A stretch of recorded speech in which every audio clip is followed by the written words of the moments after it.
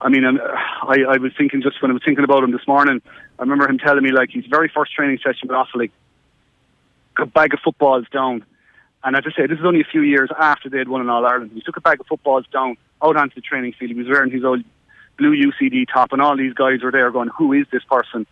He threw all the footballs out and he said, right, all of you, 20 yards out from the goal, all over the bar. And the idea was, you've done this and you've done that, but we're going to basics. I don't care who you are. I don't care what you've won. You have to prove yourself all over again now. And that was he was just such a straight talker, a straight thinker. He didn't suffer fools gladly, and Offaly needed that kind of clarity of thought. And I mean, you know, you go forward and you look at what he did with that Offaly team. I mean, the stuff he did was revolutionary. Even if you think about it in modern terms, like, I mean, McGee, one year he went over to watch Arsenal train. He brought Richie Connor with him, and they went over and watched Arsenal. This would have been in the era of Brady, Stapleton, Dave O'Leary, just to watch them train and see what they could learn.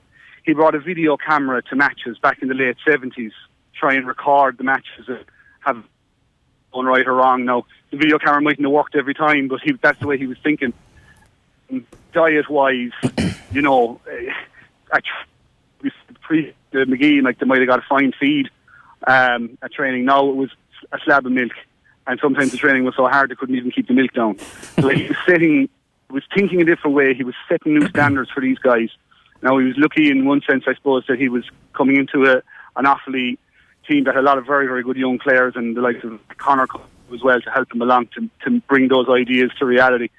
But like even something like you know, team analysis, right, and analysing their position for that Offaly team back in the late 70s, early 80s, he would have given every starting player a little before they went, maybe the week before, detailing three key points about their opponents. So they would have gone out with a good knowledge, and like, this is totally beyond the beyonds for that era. But if you think about it in modern terms, it's absolutely kind of, you know, basic. He was a long way. It's basic these days. It's, you know, it's the basic level of analysis we see these days, but it was so revolutionary at the time. Before we go, Mick, as well, I just want to ask you as well, like, you mentioned how revolutionary and how much of a football pioneer he was back in the 70s and 80s, but in modern times as well, he would have been a large part in the way the game is now formed, being part of the Football Review Committee and, you know, overseeing, we'll say, things like the introduction of the black card, which, while some people might say isn't really working, at the very least, he was involved trying to actually make Gaelic football a better sport. Yeah, absolutely. I mean, he was involved with committees for years, but the two that stand out to me was the Football Development Committee back in 1999, which would have come up with the idea back then of a 3-tier football championship. And there would have been limitations on who could play in the Sam Maguire Cup, and so on and so forth. And it was extremely controversial at the time. But this was the way McGee was thinking even then, that you know, there was something in with structure and it needed changing. And you move forward to 2013 and the black card, and I can remember that Congress, and I remember when the black card was passed through. He was actually very emotional. It really meant a huge amount to him to get that through. Now, you can say, as you say, you can argue it up and down. The idea was that he was forever thinking forward. It was always forward looking. I mean, you know, when you think of it, like, he was born and reared in a small place in North Longford, but he was conditioned to think bigger than was right in front of him.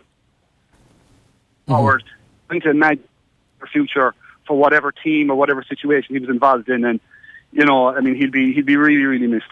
Okay, Mick, the line on the phone there isn't great, so we might just leave it there. But thanks for taking the time this afternoon to take a call with us. No problem. Okay, that was Mick Foley there talking about the sad loss this morning, the sudden death of Eugene McGee, former UCD Offaly, Cavan and Irish International Rules Manager. It is time now to go into the Sunday pay-per-view. I'm joined this afternoon by Aidan O'Hara, Deputy Head of Sport with the Independent News and Media Group and football columnist as well, and also Sarah O'Connor, Head of Sports Marketing and Sponsorship with Wilson Hartnell.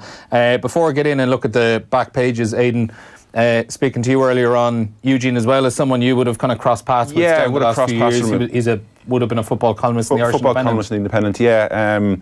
As Mick said, like, I mean, you'd never be stuck for a headline. You know, reading his pieces, he was to the point in what he was trying to get across. And I guess, again, as Mick said, like, that would be what made him such a good manager, where messages are simple. If you want to get the best out of players, simple messages and go from there. But yeah, like, he was always, as well, you might read the piece yourself and, you know, been from a bit of a younger generation, you might read it and you think, you know, might be a bit old-fashioned or something like that. That might be the thought that crossed your mind.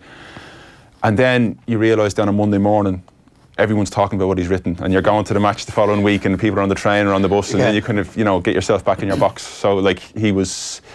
Yeah, he just said he was forthright. He was to the point, but he always had an opinion, and never afraid to express that opinion. And he'd be a sad loss now. Yeah, Sarah, would you have met him down the years? No, I never had the privilege, but just, you know, hearing, you know, Mick speak about all that he achieved and gave back, I think probably as well to Gaelic games, both kind of locally and then obviously nationally as well. I think those are exactly kind of the type of people that we need in sport, you know, that, you know, not only kind of obviously played at some level, went back to kind of manage, and then, you know, cared enough about the game to give his time to look at rules committees and everything, all with a view to kind of trying to make the sport better.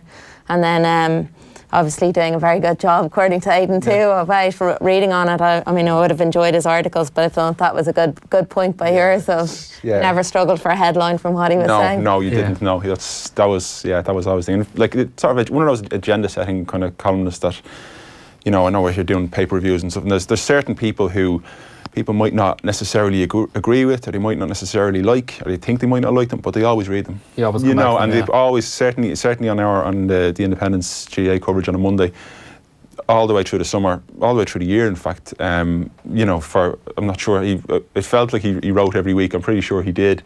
But, you know, to be having those sort of agenda setting things 45 weeks of the year, it's not an easy thing to do. And when you speak to some people who would have worked with him, he's obviously a very skilled journalist in that, you know, and you know, report very skilled in that regard. People would know him obviously as Offaly manager, but he seemed to have, just from speaking to people, like a hell of a lot more about him, and really genuine and really nice man. We'll hopefully hear from a few more people later on in the show about Eugene McGee, but we will get into the Sunday papers now, just to fly through the headlines very quickly. First of all, on the front page of the Sunday Times, there is another story on the FAI from Mark Tighe and Paul Rowan.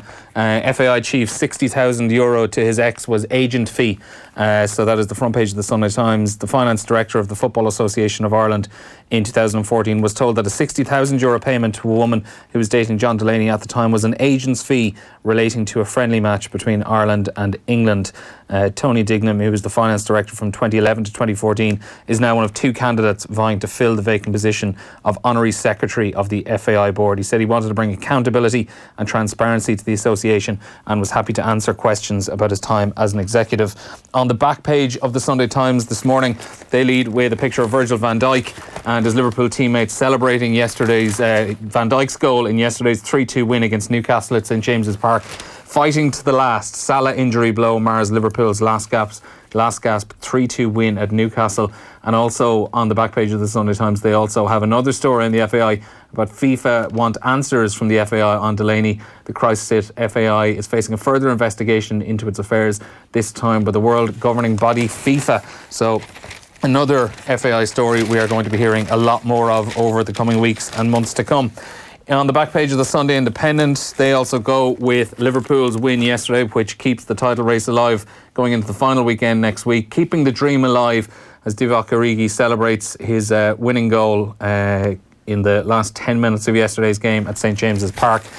On the back page of the Irish Mail on Sunday, over to you.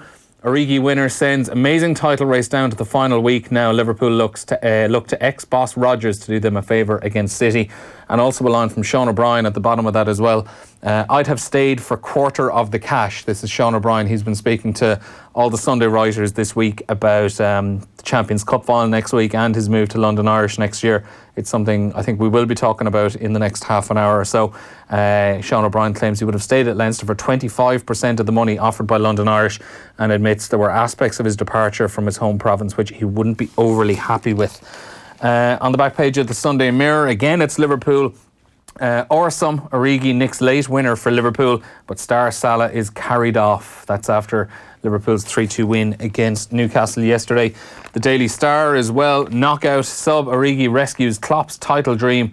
Blow fears for Mo after sickening KO clash. Mo Salah was stretchered off yesterday after a nasty collision with Newcastle goalkeeper Martin Dubravka. Jurgen Klopp did say though that he was sitting up and seemed well after the game, but you would assume he would be an enormous doubt for the Champions League semi-final second leg against Barcelona midweek. Reds on verge of glory. Reds on verge of glory. Klopp top again, but Mo KO blow to Barca hopes. That's Virgil van Dijk and Andy Robertson celebrating Van Dijk's goal yesterday. Back page of the Sun. Orsum is another headline getting a run again. Divock keeps title bid alive, but Mo's crocked. Newcastle 2, Liverpool 3. Divock Origi dominating the back pages. And also then on the Observer, if I can find the sports section there.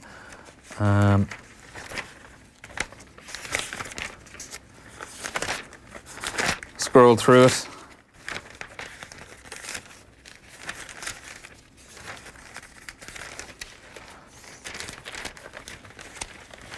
Stanway to heaven is what they lead with. Man City winning the Women's FA Cup final yesterday. Megan Campbell, the Republic of Ireland international, part of that Man City squad. City clinched domestic cup double to dash debutante's dream of Wembley upset.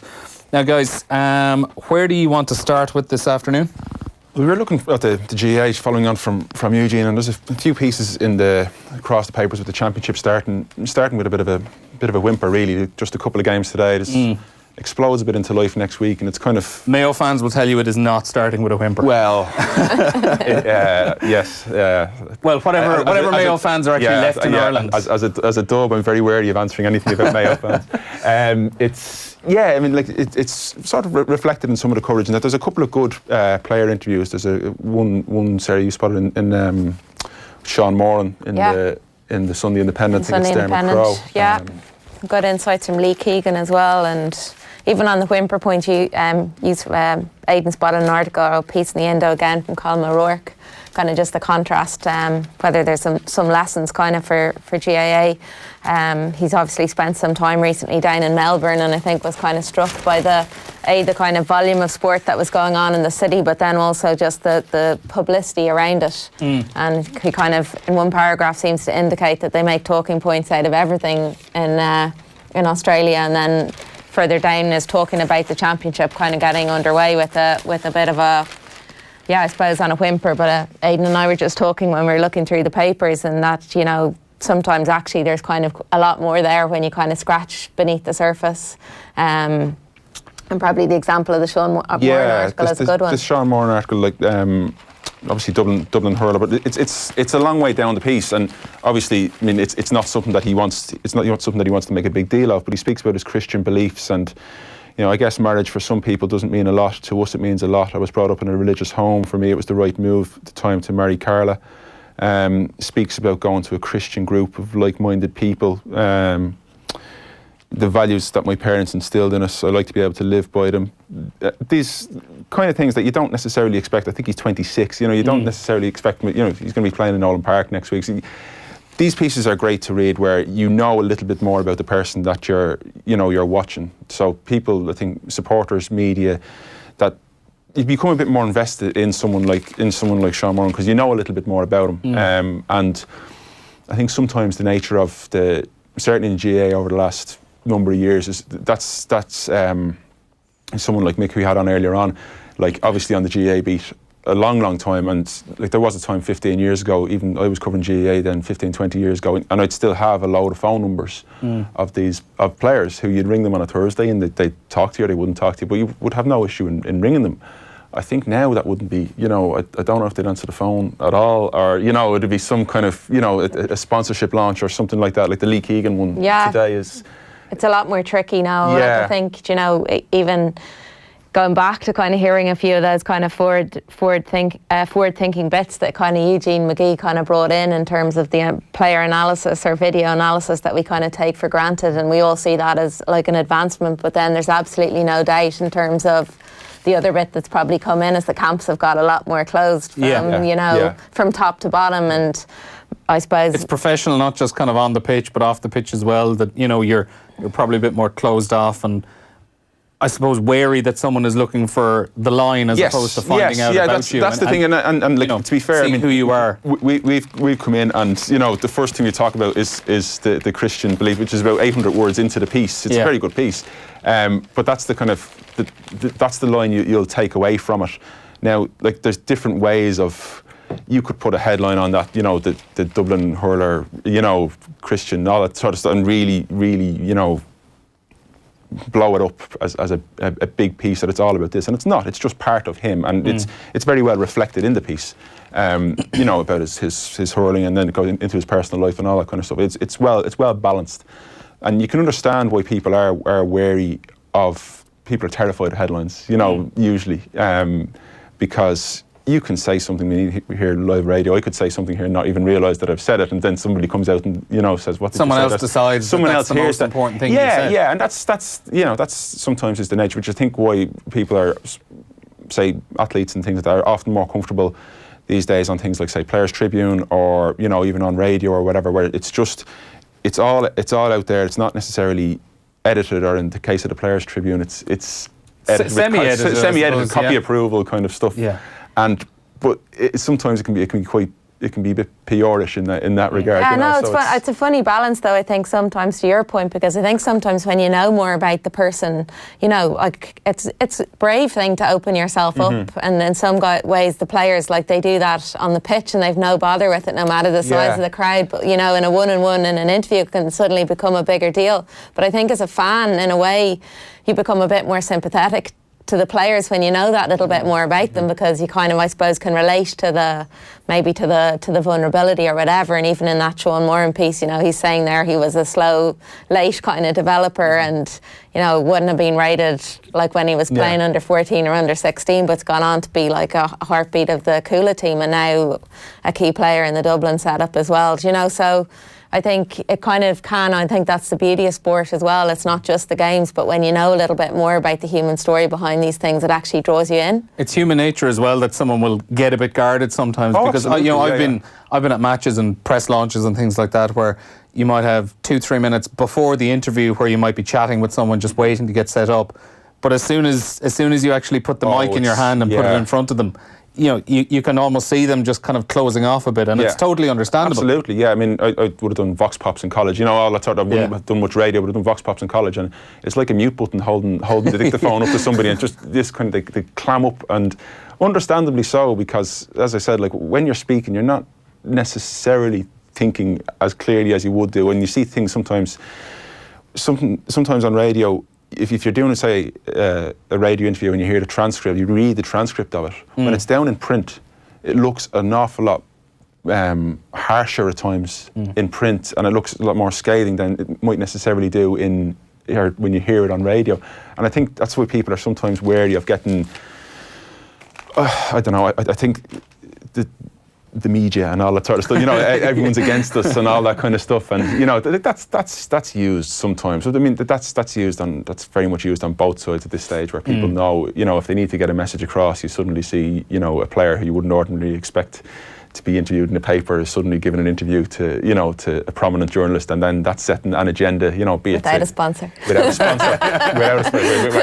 When you don't see a sponsor, it's a serious issue.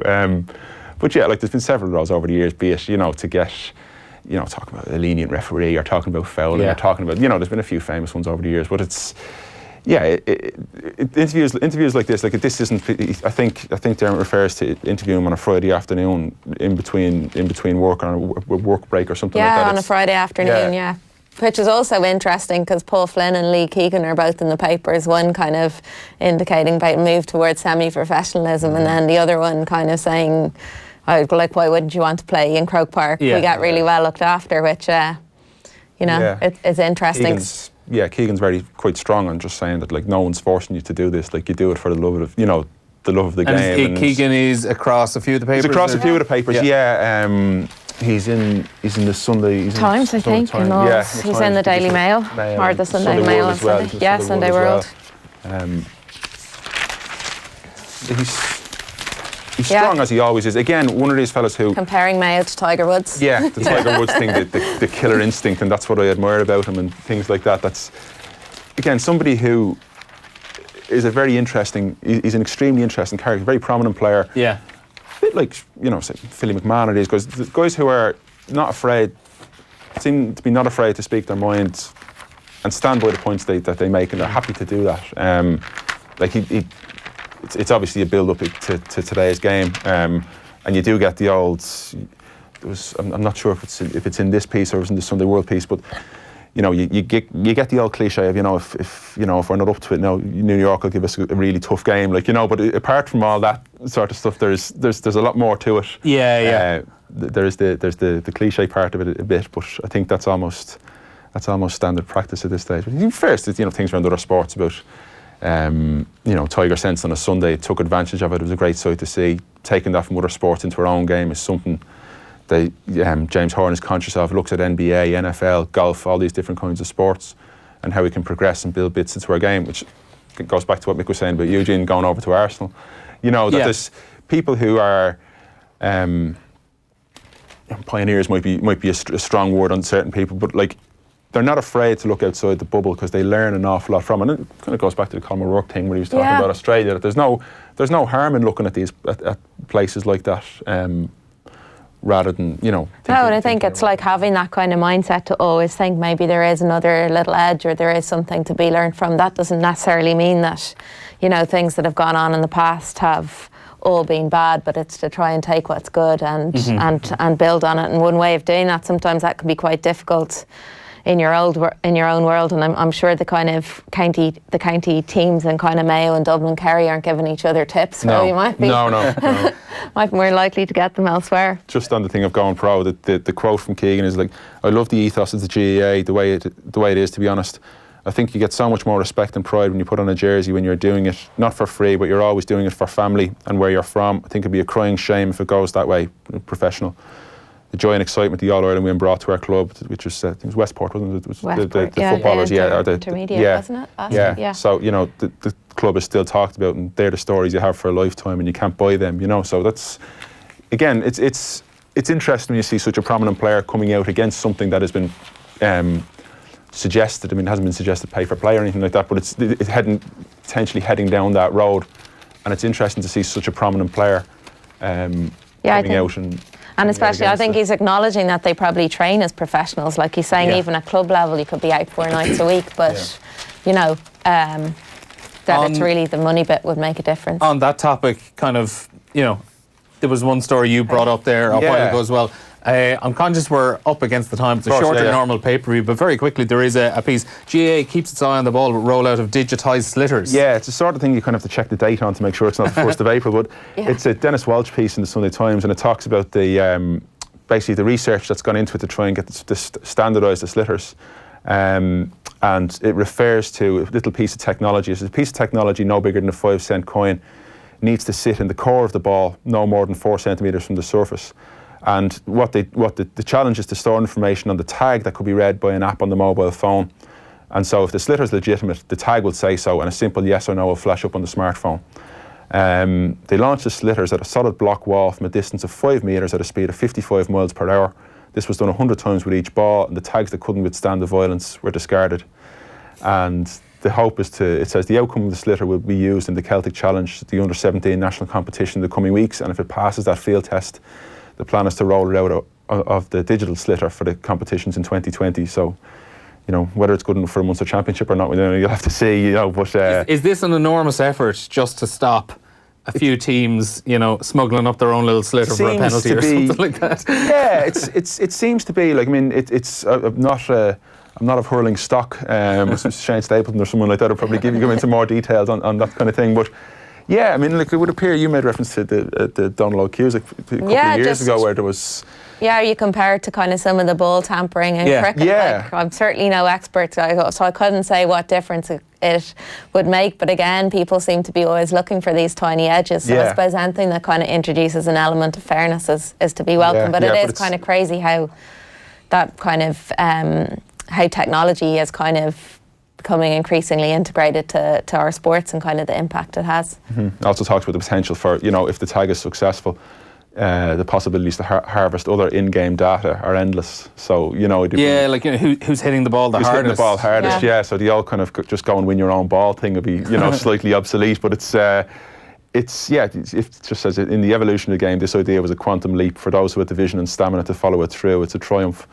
So, I mean, Dennis Walsh would be one of the people, the go-to people for hurling. So, I mean, if he's interested and excited about it, it's obviously a big deal. Okay, next up, take your pick. You mentioned Ruby Walsh, Sean O'Brien, Jack Grealish, Castor Semenya. What do you want to go with? Well, I suppose it'd be difficult this week not to kind of, acknowledge Ruby and Aidan was saying it's perfect for him when somebody announces their retirement on a Wednesday for the Sundays. Yeah, the Sunday columnists, if an icon licking their lips. Well, if an icon can go on a Wednesday, it gives Sunday columnists plenty of time to. Well, they were spoiled this week. They could choose from Ruby Walsh, John O'Shea, Paul Flynn. I think did they all happen on the same day? Flynn and Ruby were, aren't they? But there was plenty for them to get their teeth in. But across the board, I mean, there's Eamon Sweeney in the Sindos, Roy Curtis in the Sunday World. I think didn't actually see it, but someone said there was 16 pages of them in the Racing Post. Yeah, Shane McGrath, Phil Quinn. There's a lot of tributes about what sort of person he is, in as much as there's a couple of little sort of technical things around the how good of a jockey he was and why he was such a good jockey. But as an actual, on a personal level, he's extremely popular, and that's reflected in the tone of all the pieces this week. Yeah, and I thought Eamon Sweeney's piece it was good because in a lot of it, it's actually just kind of laying out. It's like a short little biography of him. You know, the great winners he's had. His record of 59 winners, 11 leading jockeys titles, and 7 winners at one Cheltenham Festival are likely to be surpassed. Those victories included 2 Gold Cups, 4 Champion Hurdles, 3 Champion Chases, 5 Stayers Hurdles, 6 Supreme Novice Hurdles, 8 Mares Hurdles, and 4 Ryanair Chases. And even just the opening paragraph was, he'd always been a man who knew exactly when to make the decisive move. Yeah. And I actually did love the fact that he just had a big winner, he got off the horse and said, right lads, that's it, I'm done. Can you find someone later for Live, Love, Laugh? Was the line. That was seemed to be how he told Willie Mullins. No long goodbye.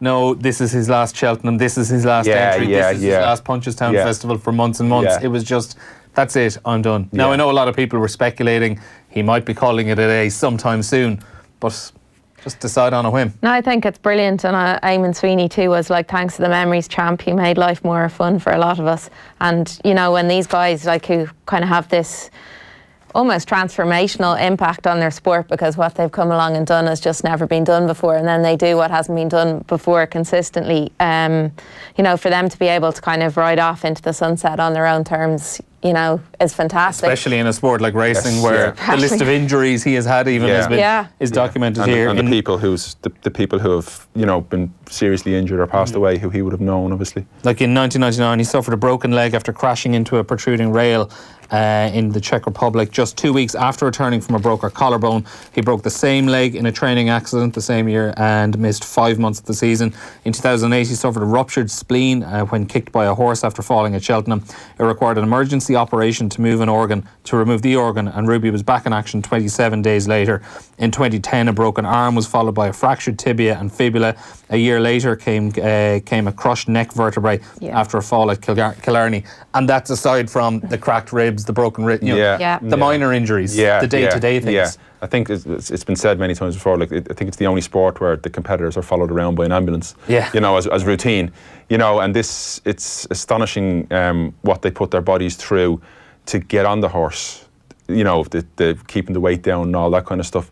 Never mind what they put their bodies through to try and, get back on the horse if they fall. And these people, as Sarah said, they've been around for so long. It's actually hard to visualise a Cheltenham, Mullins and Ruby. That's all. It's just all. You just hear it the whole time. You wouldn't be into horse racing much, but the relentlessness of racing as well. Because we talk about Punchestown and Cheltenham and Leopardstown at Christmas, but you forget these guys are often off all parts of England, during the week, or even other parts of Ireland as well. Racing, it's just, it's one tough sport. There's no doubt about that. Yeah, and when he was when he was with Nichols, I can't remember which piece it was, but he was saying about when there was. the workload that he put himself through to try and ride with Mullins and Nichols at the same time, which is just an astonishing feat to just logistically almost to pull it off, and then to keep his standards so high, because I mean, Mullins and Nichols obviously both love him, but if he wasn't doing the job, that's the nature of professional sport. If he wasn't doing the job, they weren't keeping him because he was a nice fella. They were keeping him because he was the best around, and they were happy to go with that. And he was happy to put that amount of time and investment and energy into it. And yeah, it's brilliant for him. And that's, as I said, that's reflected in the pieces of just how when someone retires, there's rarely a bad word about him. But there's a genuine kind of warmth across all the pieces of what people say about him. And also as well, something we mentioned a few minutes ago talking about GA, where you don't really find out about people. Ruby Walsh was someone who had no problem letting you know who he was, and no problem hiding away from giving you a line in an interview. Yeah. It was straight up. There was no act whatsoever. You see that with Ted on the coverage as well. Like, the apple didn't fall far, but not a chance. No. Yeah, it's probably one of the good things about racing. Actually, I hadn't thought about it before, but just the way in which it's covered, and it's so integrated with broadcast, with the races being covered by TV or anything, and then them doing the interviews afterwards. There's probably, there isn't that much kind of regulation in a way that I think the jockeys and the trainers and the owners all see themselves as very much kind of part of the industry, and know that the media are another part of it, so are probably more open to having the chats with the media afterwards, because as I said, that's a key part of kind of keeping the interest going.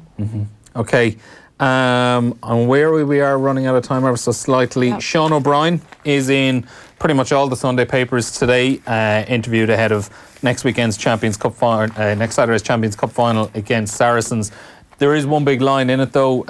I would have stayed for a quarter of the cash. Obviously, he's moving to London Irish on a big money contract on a 3-year deal for next season.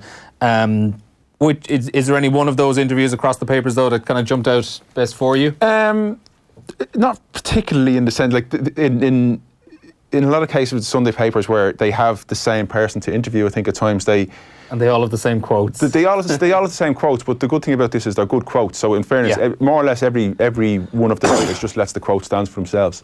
I mean, he's... Well, you were saying the tabloids got straight to the point. The tabloids got straight to the point, yeah. There was a little bit, yeah. I think I read the Sunday Times piece first this morning. Yeah. And you're getting a bit into it before you get to that. You get to the point. That's the headline. Yeah, that's the headline there in the Sun. Yeah, and the interview itself is further into the newspaper. Neil Aidan in the Sun on Sunday says the same thing. Like, it's just, it says he would have stayed at Leinster for 24% of the money, bang, and that's like more of a production side of things, same in headlines, and we were talking about that earlier on. That's the line. That's the headline, and there's no sensationalism in any of the stuff. Like, that's what he said, and he's been very honest about it. No, I think that's it. Like, I think Sean O'Brien, for me, there's an automatic contrast there with the Ruby Walsh situation, because Ruby's somebody who's managed to kind of end his career on his own terms, and I think there's no doubt. I think that Sean O'Brien is probably a reluctant leaver from Leinster. I think it probably came through at the interview after the semi-final game, and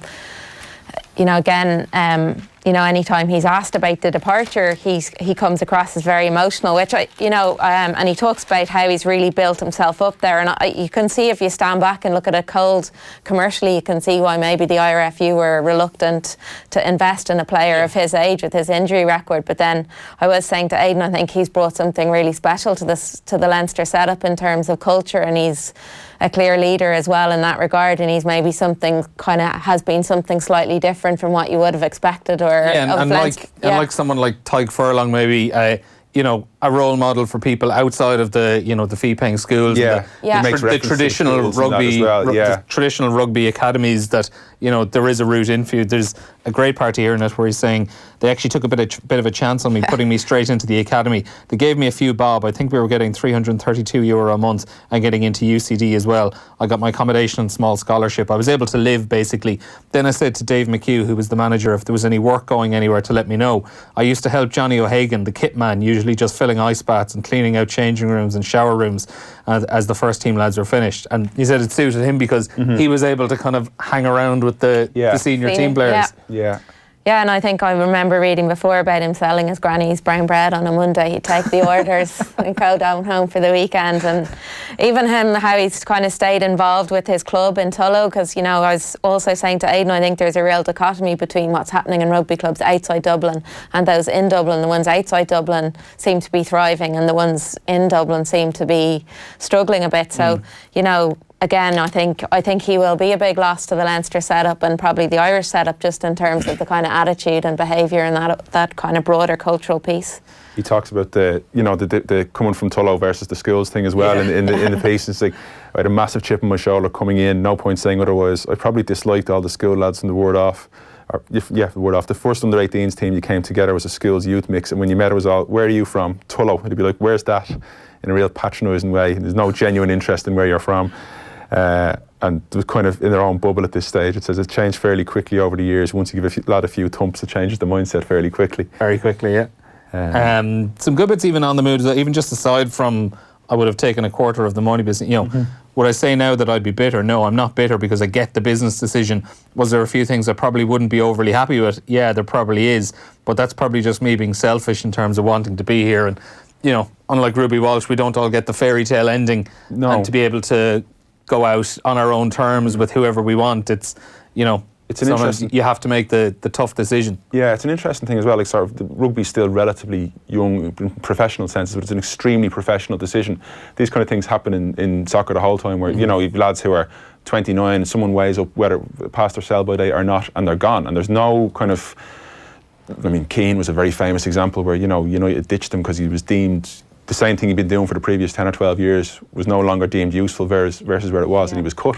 Yeah. And that similar type of thing seems to become with O'Brien, where like he's an icon. If he was fit, he obviously could add, certainly could bring something to the show still for Leinster. But the decision's been made, it's been weighed up, and that's, you know, the amount of that's going to be interesting. The next, you were saying earlier on, Sarah, like, you know, other players coming towards the end of their career looking at this as, you know, this is probably going to be their reality, that, you know, they're going to be hitting the ripe old age of 29, 30, and you know, and the way rugby is going, it's very much going in like World Cup cycles. Yes. Your value is really only determined by, are you going to be here for the next World Cup? Yeah. And that's going to be interesting now after the World Cup comes around, because you don't necessarily, you think of someone who's been, you know, someone who's 27, you know, this year, they're in their prime or whatever, and you go past the World Cup, then they're 31, the next World Cup comes around, and those kind of decisions they're difficult decisions to make, like, you know, and obviously like John O'Brien's not too happy. I'd say a lot of Leinster fans, you know, obviously trust the job, but, you know, emotionally, clinically they know it's probably the right decision, but emotionally, and that's what it's about. Like, yeah, you know, I think as well the production line at Leinster is such at the moment, or certainly seems to be, that, you know, it's so ruthless right now. It's so ruthless right now. Even saw the article, I think, was in the Independent yesterday with Ross and Harry Byrne, so both playing 10 as well. So Ross, I think, was saying their mother's a bit uncomfortable. I can well understand why. One of them might have to go to Munster. Yeah. We probably have time for one final piece. The Semenya stuff has been interesting during the week. Hard to avoid that. Hard to avoid that. Yeah. Tommy Connellan's piece in the Sunday Independent kind of details the case, really, kind of from one end of the week to the next, which can be sometimes frustrating in a column when they're kind of referring to things that happened during the week. But in this instance, it's such a complicated case. It's no harm just having the facts laid out in front. So he kind of, the intro on it just says, on Friday evening, Caster Semenya called on God to be her source of wisdom, King Solomon having left the building 2 days earlier. And it kind of, you know, just goes through. I mean, it's interesting. It's very clearly not black and white, and Tommy Connellan doesn't come down on one side or the other. Yeah. In the Sunday Times, David Walsh, it's a similar type of background on it, but he does come down on the side of saying, yeah, it was a tough decision, but the right one. Yeah, that's it. I mean, he uses the sort of, the intro was about a friend of his who played in a golf club, and there was a male who lived as a man until 53, then defined herself as female, and his friend was saying that the handicap system will sort it out Which and how she, people down. People at one golf club had been very uncomfortable with her suddenly identifying as a woman and playing off ladies' tees. So she went on to a new club and a new club. Until she was finally kind of accepted. Until at the 18th hole when she won the longest drive.